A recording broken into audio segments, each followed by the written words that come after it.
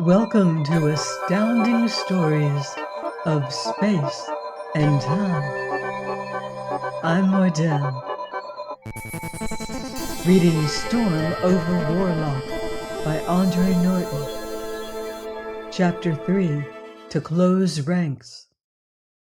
Shann made his way at an angle to avoid the smoking pit cradling the wreckage of the Terran ship. There were no signs of life about the Throg plate as he approached. A quarter of its bulk was telescoped back into the rest. Surely none of the aliens could have survived such a smash, tough as they were reputed to be with those thorny carapaces serving them in place of more vulnerable human skin. He sniffed. There was a nauseous odor, heavy on the morning air, one which would make a lasting impression on any human nose. The port door in the black ship stood open, perhaps having burst in the impact against the cliff. Shann had almost reached it when a crackle of chain lightning beat across the ground before him, turning the edge of the buckled entrance panel red. Shann dropped to the ground, drawing his stunner, knowing at the same moment that such a weapon was about as much use in meeting a blaster as a straw wand would be to ward off a blazing coal. A chill numbness held him as he waited for a second blast to char the flesh between his shoulders. So there had been a Throg survivor after all. But as moments passed, and the Throg did not move in to make an easy kill, Shann collected his wits. Only one shot? Was the beetle injured, unable to make sure of even an almost defenseless prey? The Throg seldom took prisoners when they did. The Terran's lips tightened. He worked his hand under his prone body, feeling for the hilt of his knife.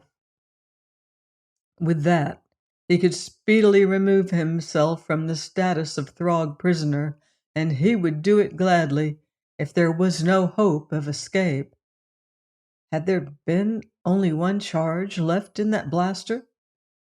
Shann could make half a dozen guesses as to why the other had made no move, but that shot had come from behind him, and he dared not turn his head or otherwise make an effort to see what the other might be doing. Was it only his imagination, or had that stench grown stronger during the last few seconds? Could the Throg be creeping up on him? Shann strained his ears, trying to catch some sound he could interpret. The few clack-clacks that had survived the blast of the ship were shrieking overhead, and Shann made one attempt at counterattack. He whistled the wolverines' call. The pair had not been too willing to follow him down into this valley, and they had avoided the crater at a very wide circle. But if they would obey him now, he just might have a chance. There, that had been a sound, and the smell was stronger. The Throg must be coming to him. Again Shann whistled, holding in his mind his hatred for the beetle head, the need for finishing off that alien. If the animals could pick either thoughts or emotions out of their human companion, this was the time for him to get those unspoken half-orders across. Shann slammed his hand hard against the ground, sent his body rolling, his stunner up and ready, and now he could see that grotesque thing swaying weakly back and forth on its thin legs, yet holding a blaster, bringing that weapon up to center it on him. The Throg was hunched over, and perhaps to Taggy presented the outline of some four-footed creature to be hunted, for the wolverine, male, sprang for the horn-shelled shoulders. Under that impact, that Throg sagged forward, but Taggy, outraged at the nature of the creature he had attacked, squalled and retreated. Shann had had his precious seconds of distraction. He fired, the core of the stun beam striking full into the flat dish of the alien's face. That bolt which would have shocked a mammal into insensibility only slowed the Throg. Shann rolled again, gaining a temporary cover behind the wrecked ship. He squirmed under metal hot enough to scorch his jacket and saw the reflection of a second blaster shot, which had been fired seconds late. Now the Throg had him tied down, but to get at the Terran, the alien would have to show himself, and Shann had one chance in 50, which was better than that of 3 minutes ago when the odds had been set at 1 in 100. He knew that he could not press the wolverines in again. Taggy's distaste was too manifest. Shann had been lucky that the animal had made one abortive attack. Perhaps the Terran's escape and Taggy's action had made the alien reckless. Shann had no clue to the thinking processes of the non-human, but now the Throg staggered around the end of the plate. Its digits, which were closer to claws than fingers, fumbling with his weapon. The Terran snapped another shot from his stunner, hoping to slow the enemy down, but he was trapped. If he turned to climb the cliff at his back, the beetlehead could easily pick him off. A rock hurtled from the heights above, striking with deadly accuracy on the domed, hairless head of the Throg.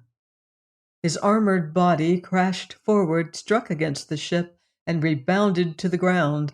Shann darted forward to seize the blaster, kicking loose the claws which still grasped it, before he flattened back to the cliff, the strange weapon over his arm, his heart beating wildly. That rock had not bounded down the mountainside by chance. It had been hurled with intent and aimed carefully at its target. And no Throg would kill one of his fellows. Or would he?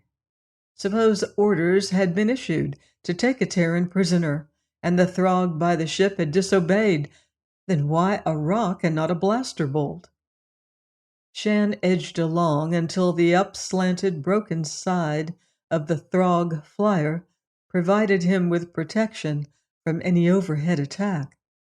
Under that shelter, he waited for the next move from his unknown rescuer. The clack-clacks wheeled closer to earth. One lit boldly on the carapace of the inert Throg, shuffling ungainly along that horny ridge. Cradling the blaster, the Terran continued to wait. His patience was rewarded when that investigating clack-clack took off, uttering an enraged snap or two.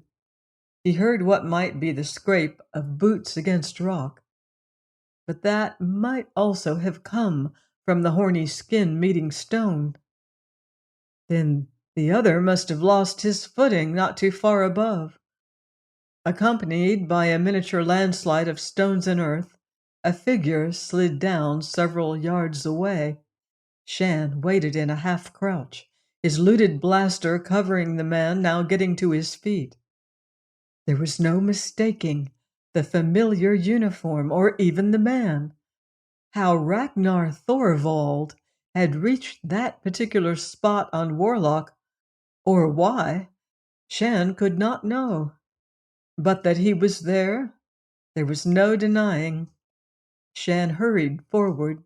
It had been when he caught his first sight of Thorvald that he realized just how deep his unacknowledged loneliness had bit. There were two Terrans on Warlock now, and he did not need to know why, but Thorvald was staring back at him with the blankness of non-recognition. "Who are you?" The demand held something close to suspicion. That note in the other's voice wiped away a measure of Shann's confidence, threatened something which had flowered in him since he had struck into the wilderness on his own. 3 words had reduced him again to Lantee, unskilled laborer. "Lantee, I'm from the camp." Thorvald's eagerness was plain in his next question. "How many of you got away? Where are the rest?" He gazed past Shann up the plateau slope, as if he expected to see the personnel of the camp sprout out of the cloak of grass along the verge. "Just me and the wolverines," Shann answered in a colorless voice. He cradled the blaster on his hip, turned a little away from the officer. You? And the wolverines? Thorvald was plainly startled. But where? How? The Throgs hit very early yesterday morning. They caught the rest in camp. The wolverines had escaped from their cage, and I was out hunting them. He told his story baldly. "You're sure about the rest?" Thorvald had a thin steel of rage edging his voice. Almost, Shann thought, as if he could turn that blade of rage against one Shann Lantee for being yet alive when more important men had not survived. "I saw the attack from an upper ridge," the young man said, having been put on the defensive. Yet he had a right to be alive, hadn't he? Or did Thorvald believe that he should have gone running down to meet the beetleheads with his useless stunner? They used energy beams, didn't land till it was all over.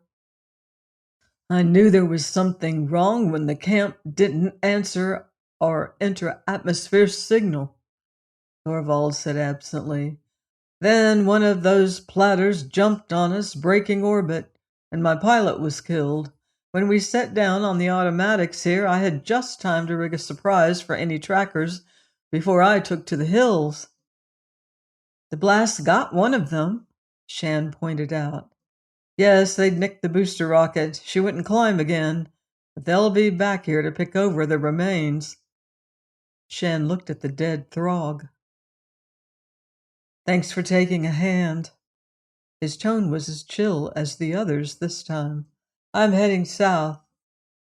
And he added silently, I intend to keep on that way. The Throg attack had dissolved the pattern of the survey team.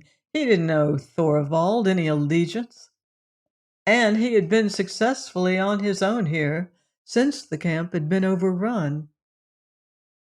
South, Thorvald repeated.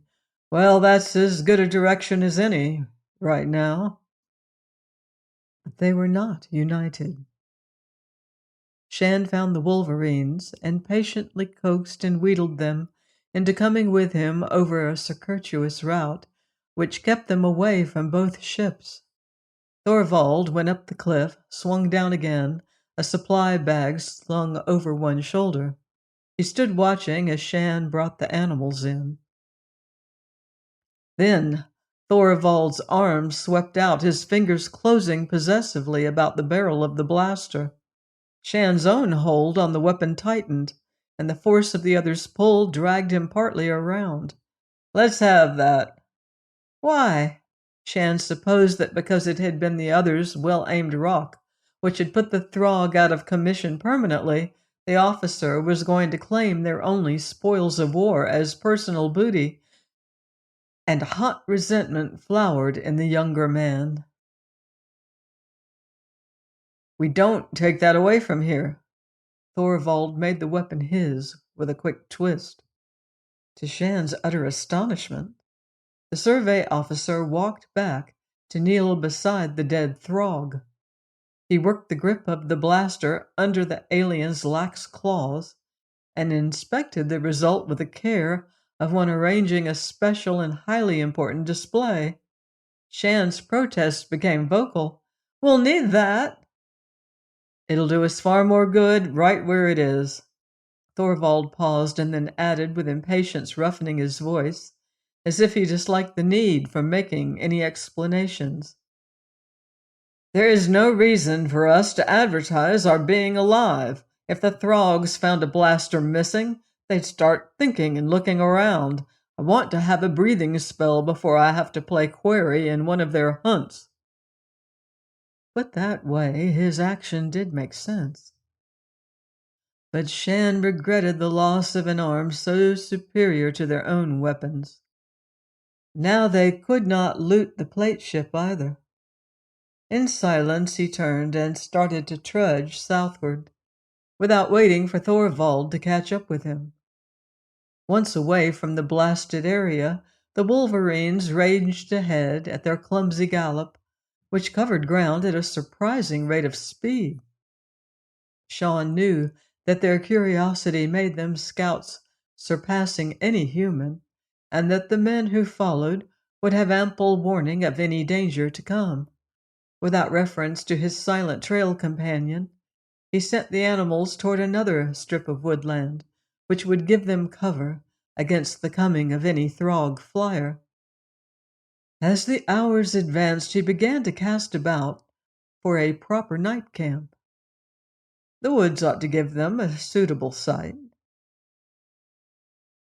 "This is a water wood," Thorvald said, breaking the silence for the first time since they had left the wrecks. Shann knew that the other had knowledge not only of the general countryside, but of exploring techniques which he himself did not possess. But to be reminded of that fact was an irritant rather than a reassurance. Without answering, the younger man bored on to locate the water promised. The wolverines found the small lake first, and were splashing along its shore when the Terrans caught up. Thorvald went to work, but to Shane's surprise, he did not unstrap the force blade axe at his belt. Bending over a sapling, he pounded away with a stone at the green wood, a few inches above the root line, until he was able to break through the slender trunk. Shann drew his own knife and bent to tackle another treelet when Thorvald stopped him with an order. "Use a stone on that the way I did." Shann could see no reason for such a laborious process. If Thorvald did not want to use his axe, that was no reason that Shann could not put his heavy belt knife to work. He hesitated, ready to set the blade to the outer bark of the tree. "Look," again that impatient edge in the officer's tone, the need for explanation seeming to come very hard to the other.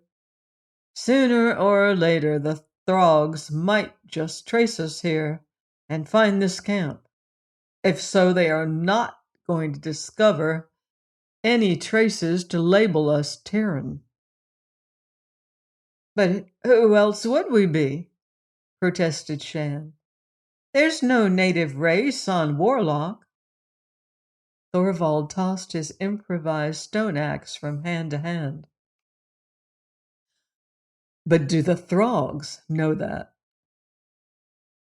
The implications, the possibilities in that idea struck home to Shann. Now he began to understand what Thorvald might be planning. "Now there is going to be a native race."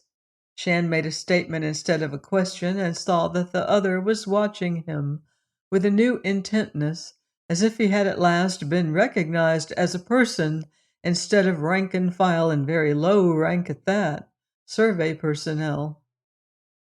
"There is going to be a native race," Thorvald affirmed.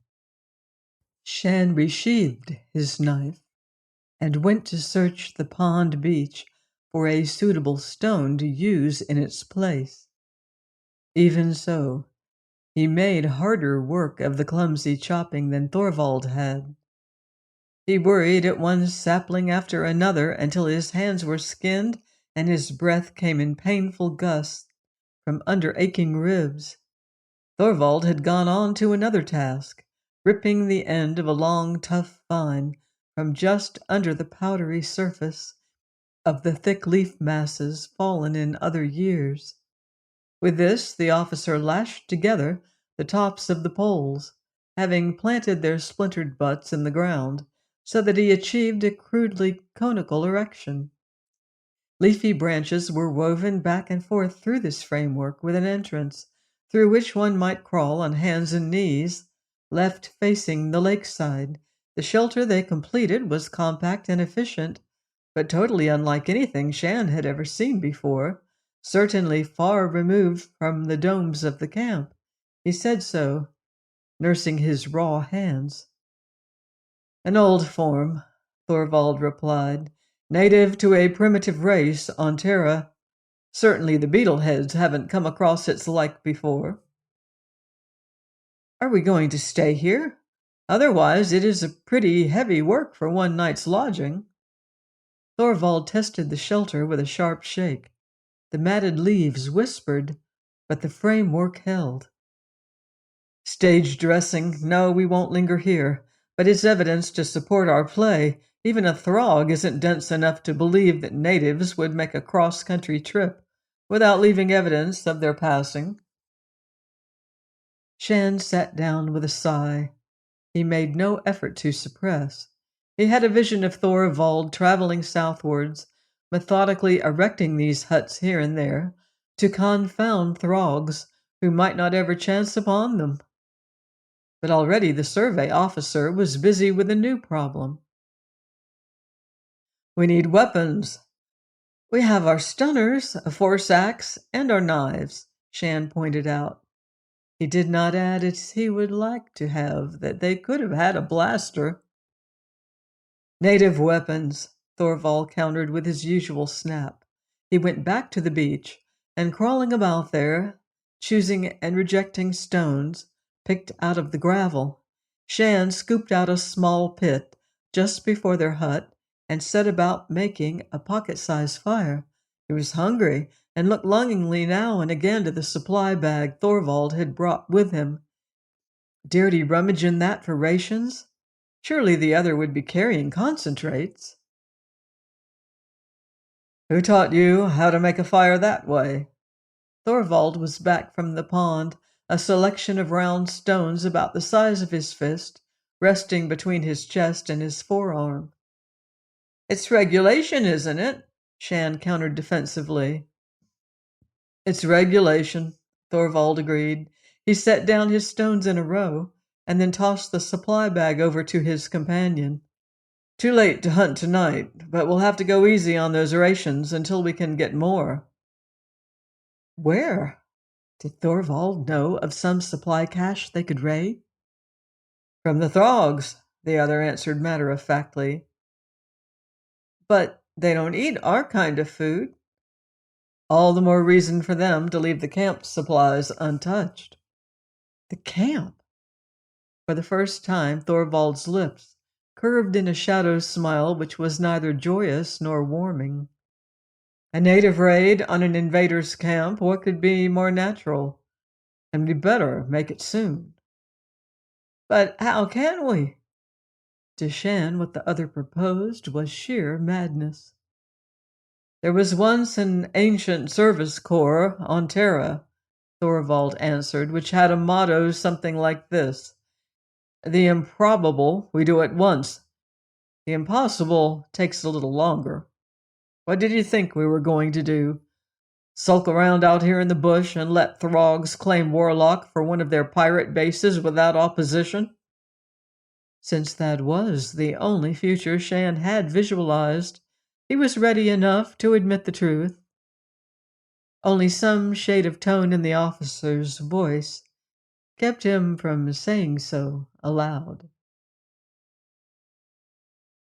Please join me next time for another exciting chapter of Storm over Warlock by Norton, here on Astounding Stories of Space and Time. Until then, watch the skies.